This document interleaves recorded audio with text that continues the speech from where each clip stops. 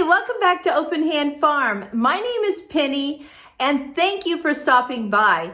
Today I'm going to show you how to make the banana bread that I made last week in my Three Rivers Challenge. If you're not sure what the Three Rivers Challenge is, that's where through the months of January and February, Jessica at Three Rivers Homestead encourages us to eat from our abundance. So we are eating out of our larder, out of our pantry, and out of our freezer until March rolls around.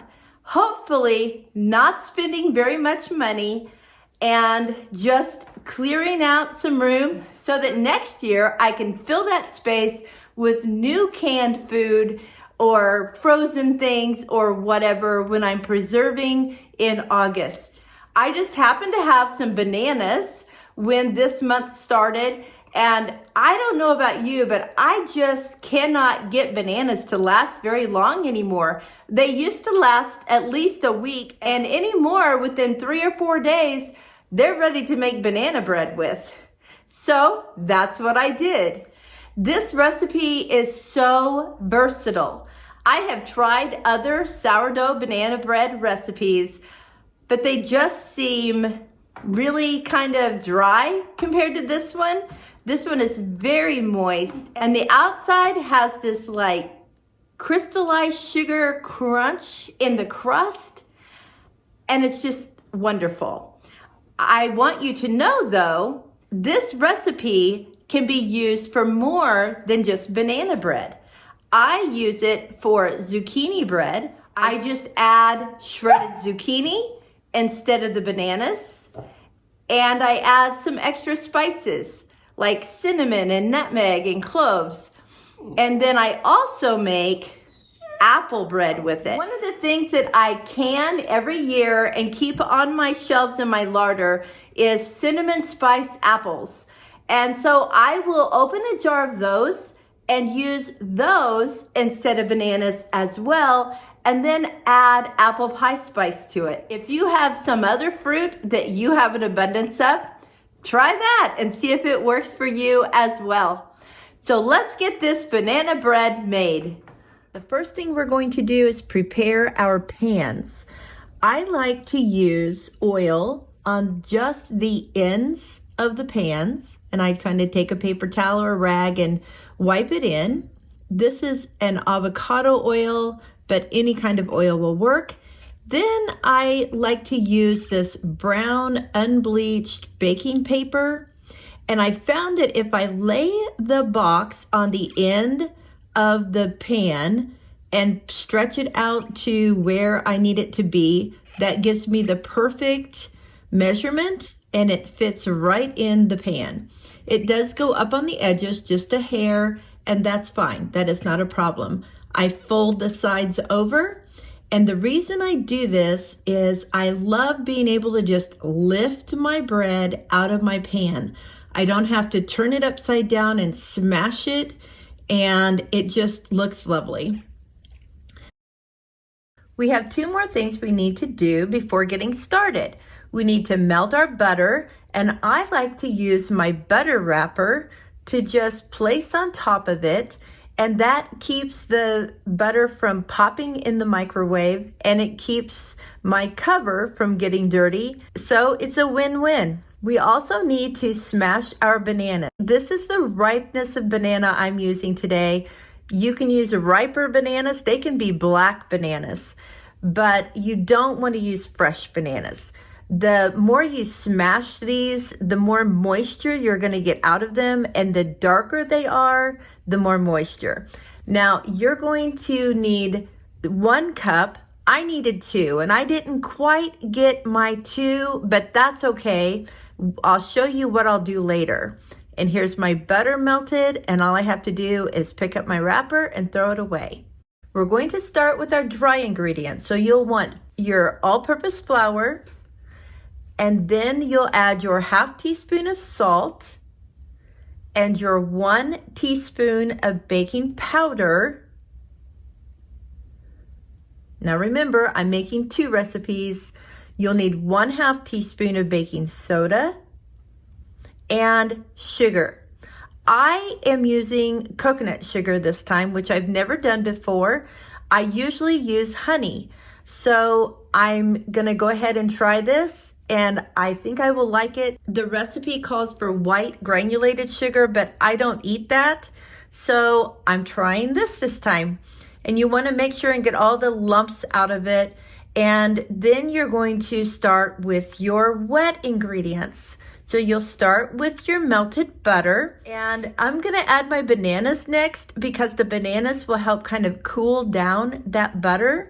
I don't ever wanna put my sourdough into something that is too hot or it will kill it. I will go ahead and add my vanilla at this time as well. And then my eggs should have been slightly beaten and I didn't, so I'm just gonna use my spatula, break them up, just so those yellows are broken up. You want them to mix in well. And I'm gonna go ahead and whisk all of that just for a minute to make sure those eggs are incorporated. Then I'm going to add my fresh, bubbly, well-fed sourdough starter. You'll see it's thick and puffy. So that's what kind of starter you want to use. Now I will say I have used pour off and it has worked fine. So it's up to you. If you need to make it spur of the moment and all you have is pour off, go for it. I'm going to mix that in as well. You want it as incorporated as you can. Then we'll just pop that into the dry ingredients. And you want to stir that up really well. Now, I am starting to stir and I am realizing I can tell I don't have the moisture from the bananas, but I also don't have the moisture from honey because that's what I usually use.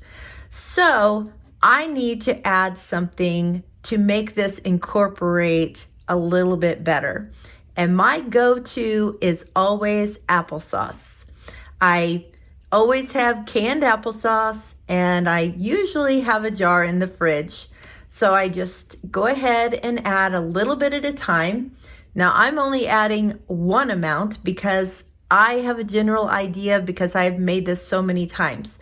You will not want to add this much at a time unless you know for sure that you need that much, because you don't want it too wet either. You want it to be a nice thick batter.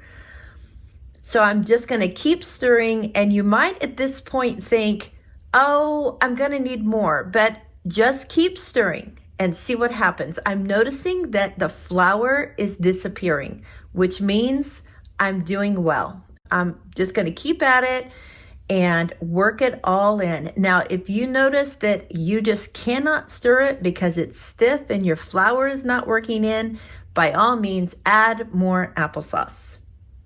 Now watch this when I walk away. There's a little bit of movement still in there, so it's soft enough that it's flowing on its own, and that's what you want. You can have it a little bit more wet than this and it will still work great. I usually just pour it in those pans, but this is thicker than what I'm used to. And honestly, I was a little concerned that it might be a little drier after it was cooked, but it really wasn't. It was delicious. Like, it's so delicious, you guys. I ate way too much of it. Mark is not a banana bread person, but he loves this banana bread. I have used other sourdough banana bread recipes, and I always come back to this one. I don't even know why I try other ones. So I go ahead and spread it in the pan. Of course, if it's more wet, you don't have to worry about that so much. You can kind of just shake the pan and it'll spread out. But in this case, I needed to kind of spread it. Make sure that you evenly distribute it because you don't want to put them in for the same time and one pan has a lot less than the other because it will be too dry by the time you take them out. They will now go into a 350 degree oven, 180 degrees Celsius, for 55 to 60 minutes. And I have a little tester thing that pokes in there, but if you have a toothpick, it should poke in and come out clean. And this is what the bread looks like when it comes out. It is so good. It has a crunchy outside, not hard crunchy, just tasty crunchy.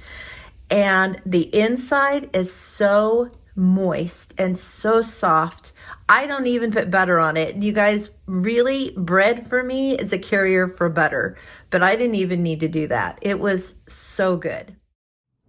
Thanks so much for coming along with me today. I hope that this looks like a recipe that you will be able to enjoy and make for your family. And if you would like to see what else I made during week 2 of the 3 Rivers Challenge, I'll leave a card here and a link in the description box. There will also be a link to the recipe for this banana bread in the description box. I don't know if you've heard a dog bark or whine through this video, but I have a 3-month-old Piradoodle, and every time I try to make a video, she thinks I need to be talking to her instead. We got her at 8 weeks old and she weighed 4 pounds. We have had her 7 weeks, so not even double, and she is now 20 pounds. Let me show you how Elsie is growing. So here is Elsie. She used to fit in both of my hands.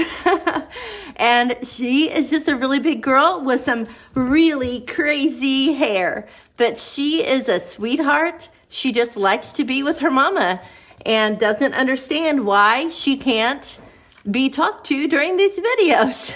So thanks a lot for coming along today. Be sure and leave a comment if you made this bread and how it worked for you.